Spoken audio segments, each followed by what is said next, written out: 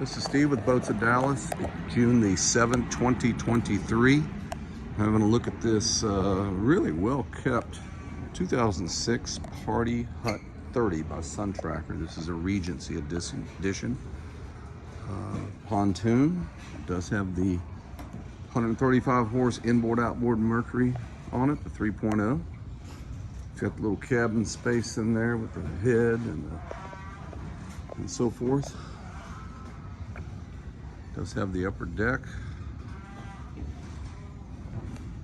It's currently sitting in the water here on Lake Grapevine.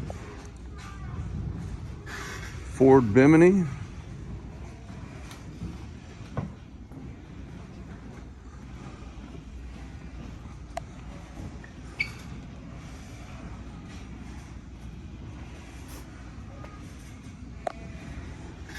I can get back here without falling on the lake. Does have 30 amp shore power service. Little ding in the pontoon down there, but everything still looks solid.